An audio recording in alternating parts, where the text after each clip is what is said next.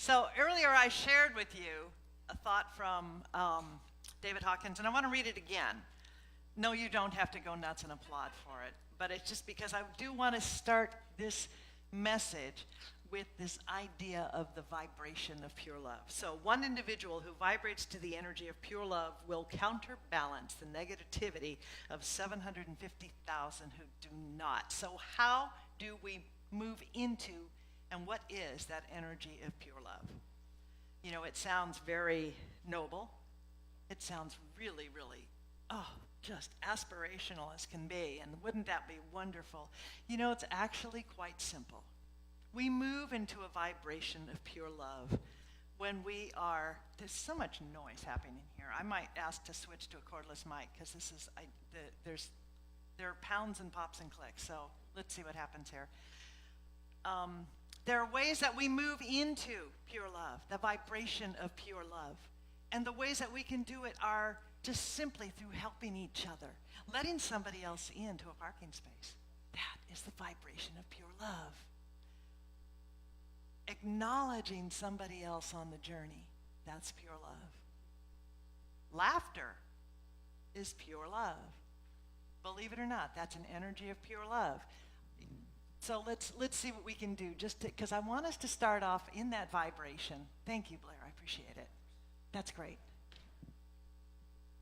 So here's a thought. I've been looking at the things that we can do to activate a sense of pure love. Now I'm going to argue with this. You know, you'd think we'd never done this before. We actually have many times. All right. Money can't buy happiness, but it does quiet the nerves. Here's one. I hate it when I gain 10 pounds for a role, and then remember I'm not an actor.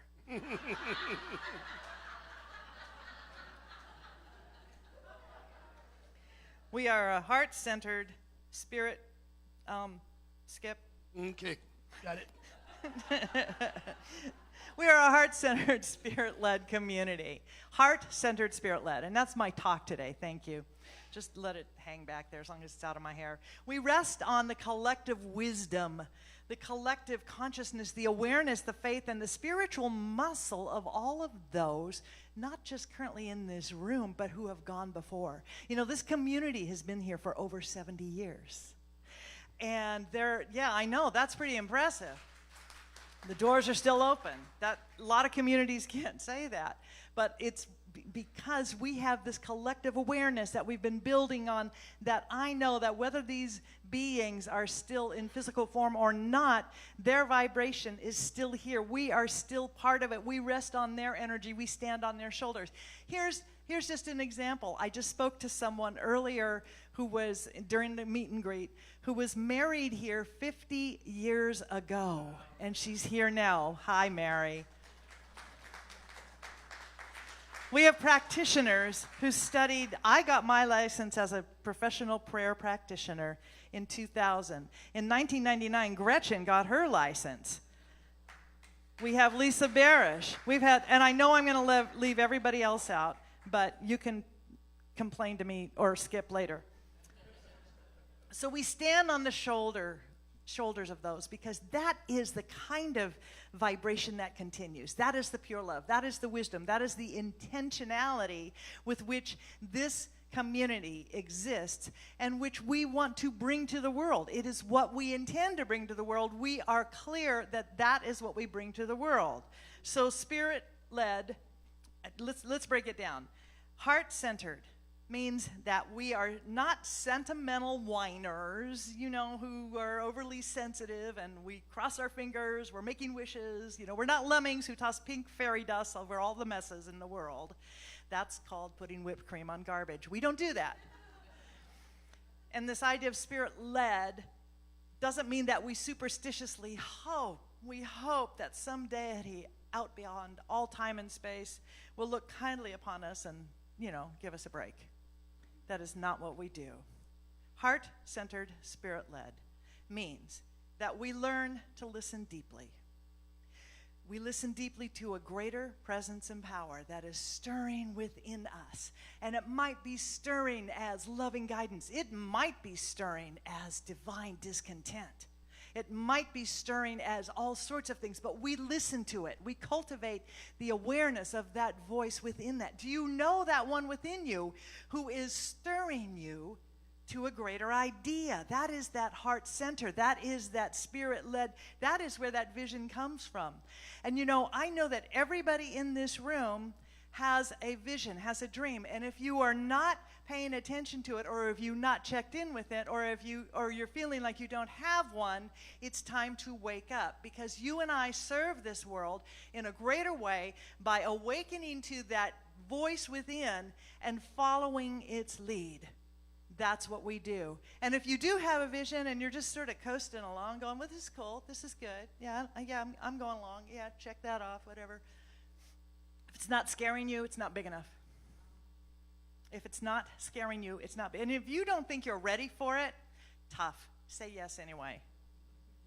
Say yes now. Say yes now, because those yeses qualify us. You know, we've all heard this phrase, because Skip and I say it all the time, that God doesn't call the qualified. God qualifies the called. So those yeses qualify us. Those yeses raise that muscle, that they bring us into a sense of greater connection, awareness, and possibility. But it only happens with that conscious yes. Yeah. And hey, I'm working alone here. And one more thing, and it's going to launch us into this discussion. Heart-centered, spirit-led means that we co-create, we align, and we partner with the highest vision of peace, love, faith, and wholeness. That's what we do. So this is not a transactional, okay, God, if I agree to do this, then you'll bless me, right? No, that's not what we do. We step forward in service, because it is that vibration of service that brings us into that space, that vibration of pure love. It is the vibration of service, because that's what connects us with others. That's what connects us with hearts. And there's a difference between service and volunteer, by the way. Volunteerism is awesome, awesome, awesome. And yet, most of us tend to approach being volunteers as sort of a thought, well, if they paid me, I'd be able to do this, but they can't pay me, so I guess I'll show up anyway. That's not what service is. And yes, if we could pay you, we would. Well, maybe we would. I don't know. But we want service, because service is what enlivens us. It's what opens us up to a greater knowing of how God, how spirit, how law, how love is serving us. In other words, we are modeling and reproducing that law of love and life, which says create, which says love, which says stand forth in the integrity of truth and possibility and touch a heart, because that's exactly what spirit-led means. So on our challenge is that I notice in myself, and I notice in the world, that rather than going heart-centered, spirit-led, we tend to much easier default to a mindset of fear-centric and panic-driven. I paint quite a picture, don't I? Fear-centric and panic-driven. Good times. So the challenge, and it's not just a day-to-day thing. Sometimes for me it can be moment to moment to moment to moment, that I do not default to that operating system, the consciousness of the world, that what we call the race consciousness, the collective thinking, that we do not default to that whole idea of fear-centric, panic-driven, but bring ourselves back to a conscious commitment to being heart-centered, spirit-led, heart-centered, spirit-led, heart-centered, spirit-led. And we do it over and over and over until we actually know that's exactly who we are. So there will be times it's going to feel like we are putting on clothes that belong to somebody else. But that's the garment we must put on now. That's the garment we must put on. And it's very, very important that we do that. Because if we go to that collective default, we absolutely fall into fear-centric, panic-driven. It's very easy to do. It's very easy to do. So the great illusion in our world is that there's God, or spirit, or life, or light, or whatever your name for that name and nature within you is, that presence that surrounds and fills us. The great illusion is that we think there's God and something else.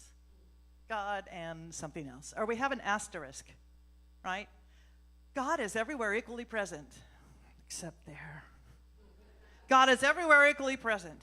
Oh, yeah, not there. Oh my God, not. It's a non-negotiable for us. And it's a non-negotiable whether we actually grok it down here or not. It's the practice. And again, we put that garment on, and it's an internal awareness, it's an external awareness, that we live not just aspirational. Wouldn't it be nice if we thought that God was everywhere equally present, but that we begin to claim we know, and we absolutely affirm and connect with a greater truth that we may not have a full embracing of yet, because that's part of the qualification, the growing, the learning, and how we grow that muscle, but that we begin to say, I'm willing to align with that idea. I'm willing to be grown by that idea. I'm willing to live according to that idea. Oh, so we get there through lots of conscious spiritual engagement, work, and willingness. So there's a term that old school metaphysicians used to use, and I want to just drop it into the space. It's double-mindedness. Double-mindedness. Kind of quaint, huh? Kind of quaint. It's contemplation of a world that is both good and evil. It's mental acceptance of a principle of evil as well as of good. It's a superstitious thing that is in the world, which means it's in us. This constitutes a denial of God as omnipresent good. So what we know, what we believe, and what we claim, and part of our stated principle is there is one life. That life is God. That life is perfect. That life is my life now. Now, intellectually, you can say it all day long, all day long, all day long, and it will mean nothing. However, when we begin to look at where that shows up as our heart-centeredness, then we actually begin to embrace and express that we are aligned with and as this one life. Rather than participating in a belief or a duality of God and good and evil, God and the devil, yes and no, left and right and wrong, all of that, we begin to look to that place that is the absolute truth of who we are, that goes beyond opinion, beyond judgment, beyond fear, beyond CNN, beyond all of that, to the truth that there is only one. There's one. There's one. We are one with the one. What happens is that our contemplation, it becomes a contemplation, and we don't even know that it almost becomes like a rigorous spiritual practice. And we contemplate that we're separate from an infinite power, and we are separate from that presence, which is greater than everything that we see, can touch, know, feel. And it is the root of our fear. It is the root of our pain and our suffering. Because when we become so dedicated and so convicted of our fears, our judgments, and our perception of that's bad, this is good, we map that onto our daily lives as our operating system.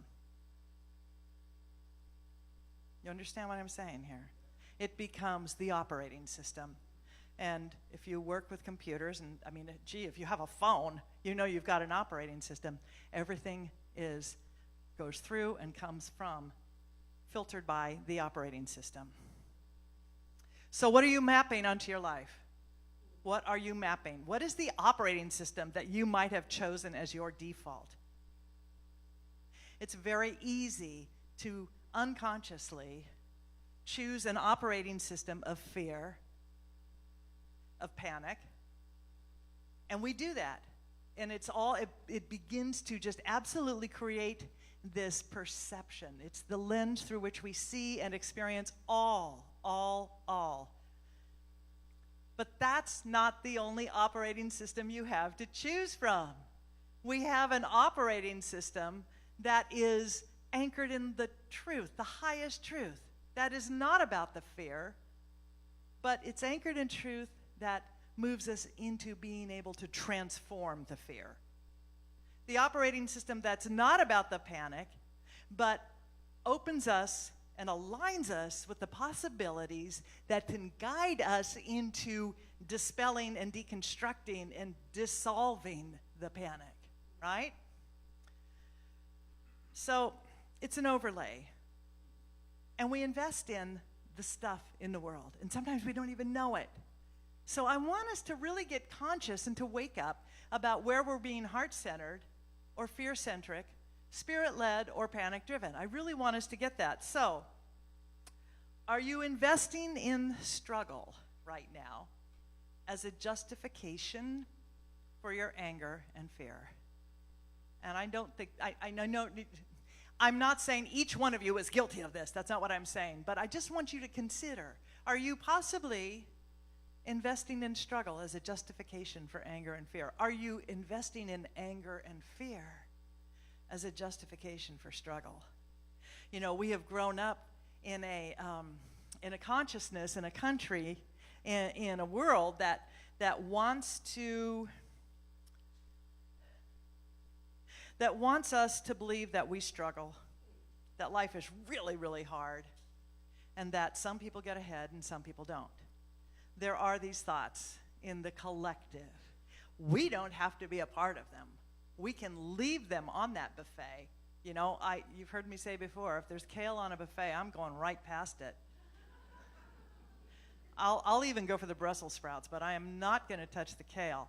Don't go through the line later and say, oh, but I have a really good way of preparing it. The only way you prepare kale is you take a little salt, a little pepper, some light, nice olive oil, you saute it gently, then you throw the whole thing down the garbage disposal. So I want you to think about, are you investing in struggle as justification? Are you investing in that which is being presented to you on a daily basis in terms of the economy, somebody else's actions, a political leader's actions, the news? And this one isn't even a yes or no question. How much are you investing in your own collective stress and anxiety? How much are you investing in that? One of the things we talk about a lot in our board for this church is we have money that we have invested, and we also have a lot of energy that we invest. So we like to look at what that ROI is. What's the return on the investment, right? So what's the return on your investment in stress and anxiety? I promise you, if that's where your energy and your investment is, you will have great returns. However, if you are investing in the divine potential and possibility that resides within you and as you, because it is that presence that is divine, the return on that investment will change your life. It will change this world. So when we argue for and we justify our perceptions of right and wrong, pain and indignation, our separation, we literally dig ourselves deeper into experiences, more experiences of hopelessness, helplessness, and abandonment. Sounds good, right? And the thing is, even though you might have a stated purpose statement, right? You might have that, or a mission statement that you pledge to live by. Even though you might have that, and it might involve words like peace, oneness, compassion, and positive outcomes for all, if you have not deconstructed your beliefs, those deep beliefs in separation, then those experiences that we call your life will absolutely and perfectly reflect your sense of separation from love, from God, from harmony, from possibility. Because that's how it works. It starts on the inside, and then it moves to the outside. Cause, effect. Cause, effect. Consciousness before form. Consciousness first, form second. And consciousness, by the way, is just a $9 word for everything that you're thinking and believing. And we walk around the world with that. We call it consciousness. We call it awareness. It's really that which determines our experience in the world.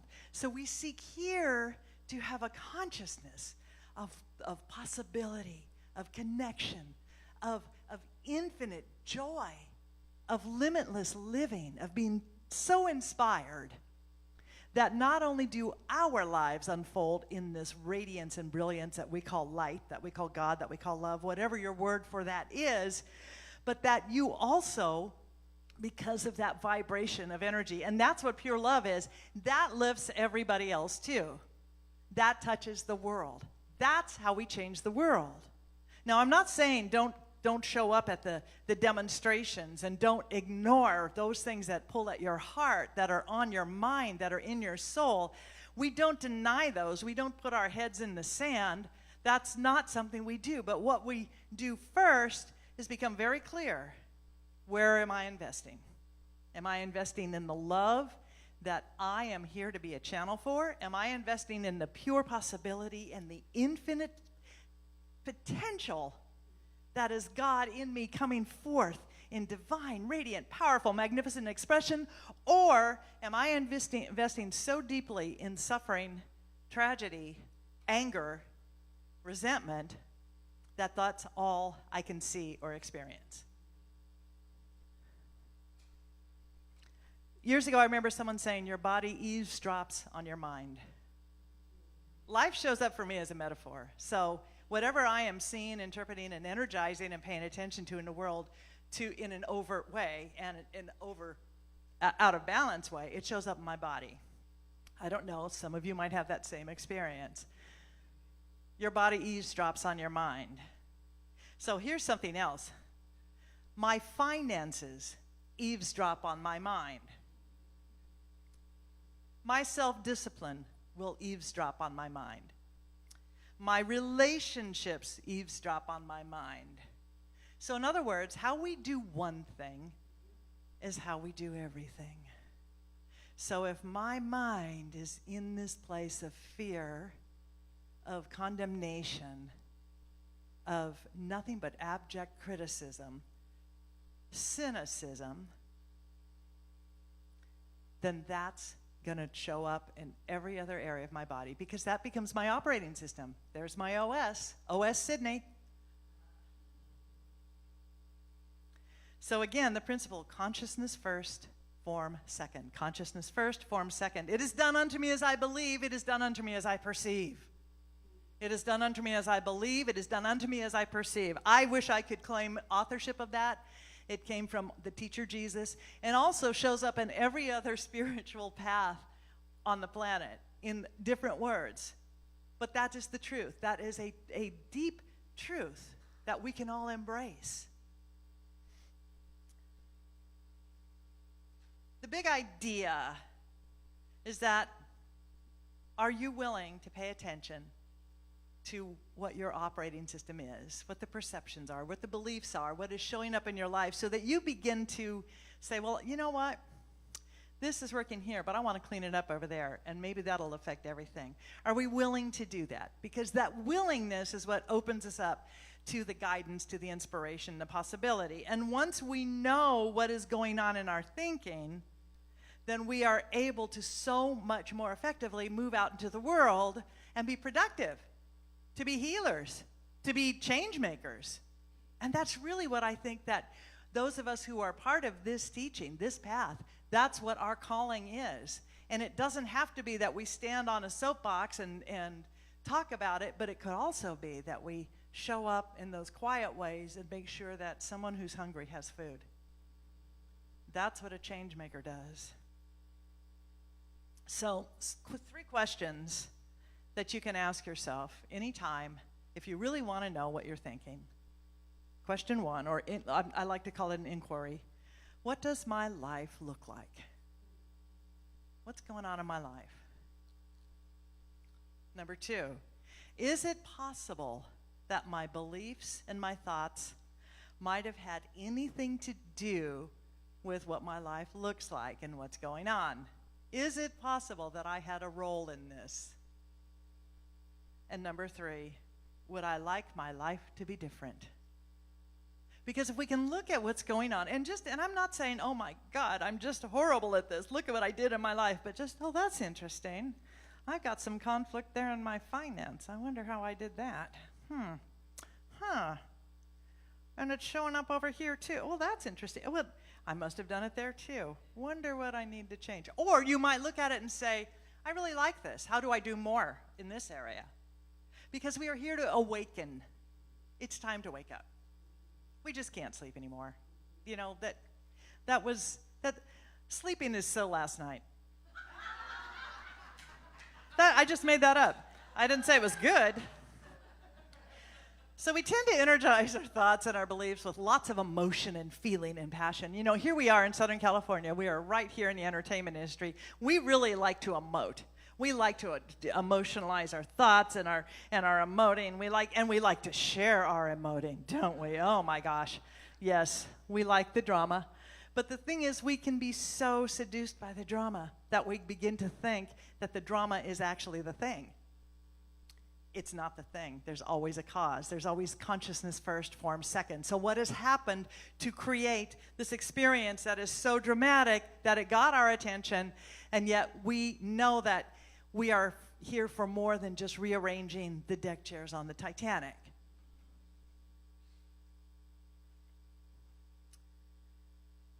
We are the tangible creations of an unlimited and infinite power and presence for good. And we can use that same power and presence to create and transform our lives. And by the way, we do it whether we know it or not. Because it's just how the power of thought works, how the power of belief works, that everything will show up in the form of our lives. So wouldn't it be better to be proactive instead of reactive to what's going on, and to get in front of that financial issue, in front of that relationship issue, in front of that hostility you might have with a partner or a neighbor, to get in front of it and to consciously look at how you might affect the world. This is where we get our power back. So we're not victims of our thinking. We are not victims of our thinking, but we are celebrants of our thinking. And when we begin to say, okay, well, I created this, but I'm still of God, so that means this too must be God. How is this here to bless me? How can I celebrate this?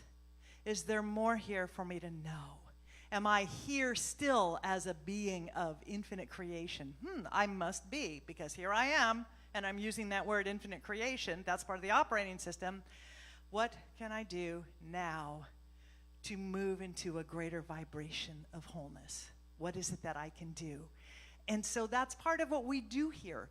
We have great, great focus on spiritual practice, on education, on classes that are designed specifically to help all of us unfold at the highest level, to create at the highest level, to explore joy, to be abundant, healthy, wholehearted beings. That's why we do this.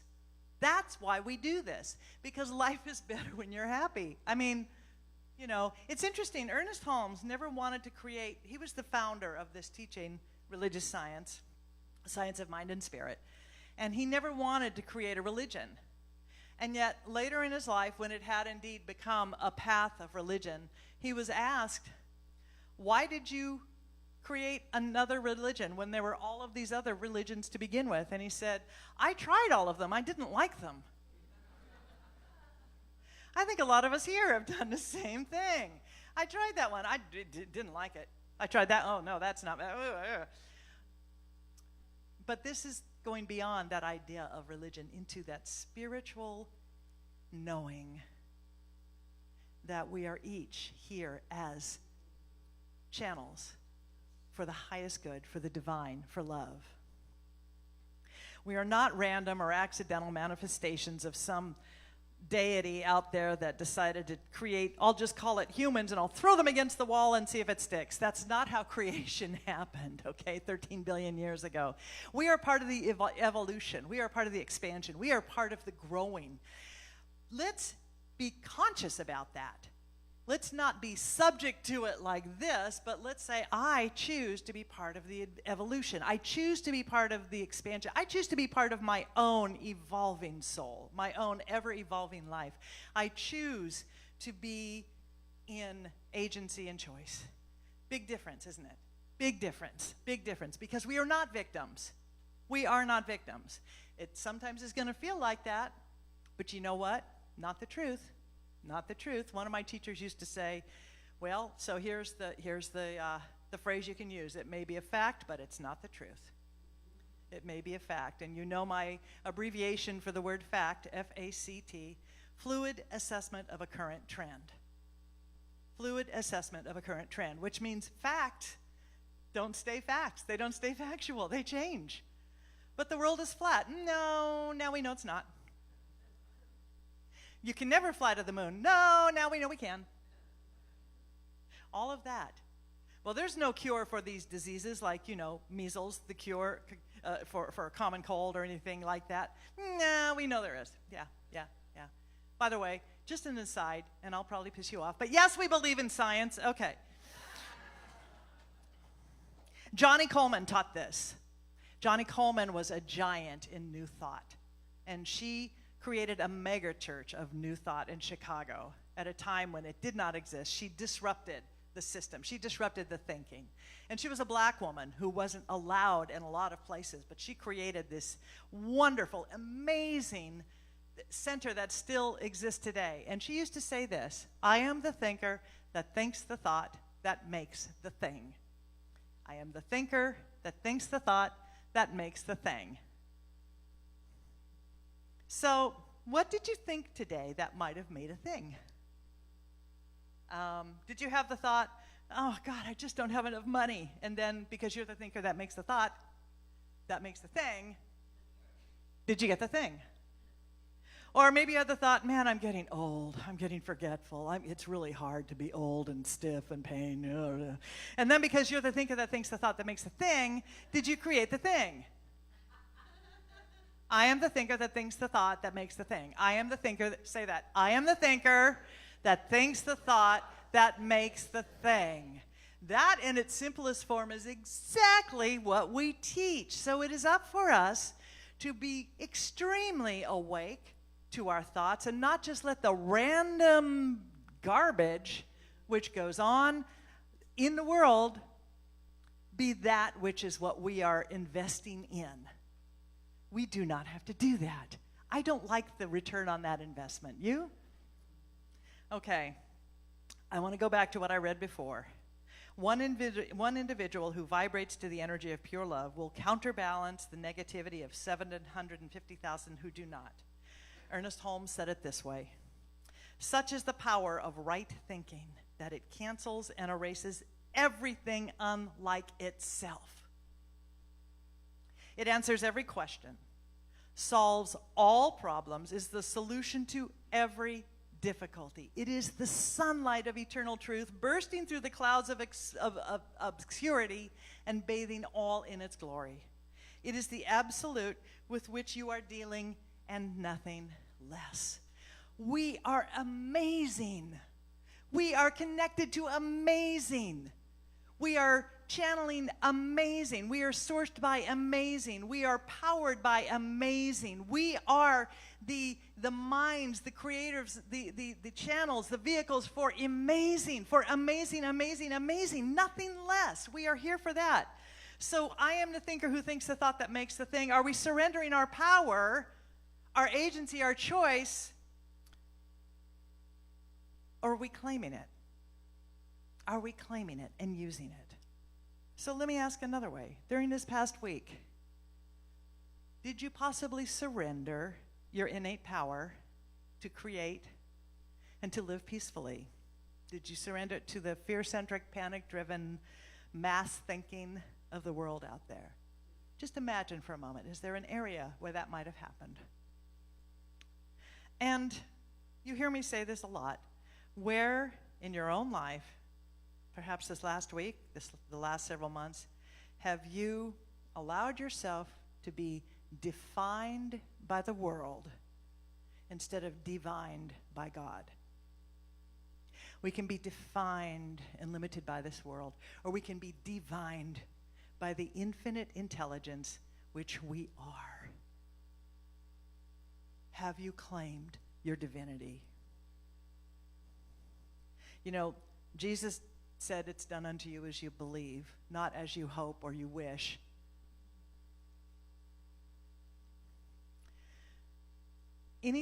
This is one from Myrtle Fillmore, and I'm almost done, I promise. Myrtle Fillmore was the co-founder of Unity with her husband, Charles Fillmore, and she wrote, anything that doesn't measure up to the Christ level of perfection can be changed.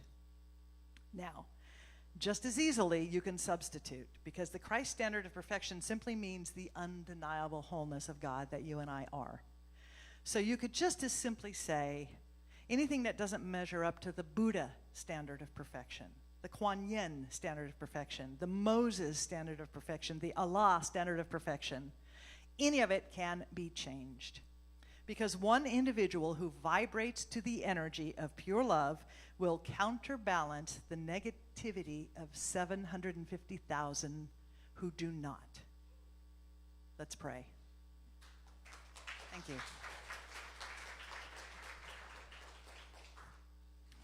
So we choose now to say, I am awake, I am aware, I am conscious, I am here, and I know and recognize that there is only the one infinite power and presence. I call it love, I call it life, I call it infinite intelligence, I call it great spirit, I call it that universal presence. It cares not what I call it, but it is calling me. It is calling us to recognize that we are fully embraced, saturated, surrounded, and filled by that presence, and that presence is love. And that love is ever moving, ever flowing, ever creating, and we say yes to all of it. So I know that we are each part of that and one with each other. We share this planet, we share this life, we share this love, and together we are as God created me, in the light and the love and the glory. And we choose to know that we vibrate. We have already been hooked up and connected. We vibrate to the energy of pure love. And so I know that this experience is a blessing for us in this church. It blesses this church. It blesses all churches, all paths to God, all mosques, all temples, all ashrams, all synagogues, all cathedrals. Anywhere where people come together, the light shines brighter. So we surround this entire planet with the knowing of this love, of this vibration. We surround any area which right now, whether it's in our country or anywhere else, that might be experienced, the appearance of separation, showing up as violence, knowing that there is a deeper answer. There is a deeper response. We bring love to that. We bring light. Anything that is on our hearts, we bring love, we bring light, we bring peace, because that is the choice we make, and that is the choice we can make, and that is the choice that absolutely opens up that space and that place for transformation, for magnificence, and for the radiant brilliance of God. Thank you, God. Thank you, God. Thank you, God. So we are grateful to know this. We are grateful that we do this, and we just simply accept. Release this word into the activity of spiritual law, knowing it is so. And together we say, Amen.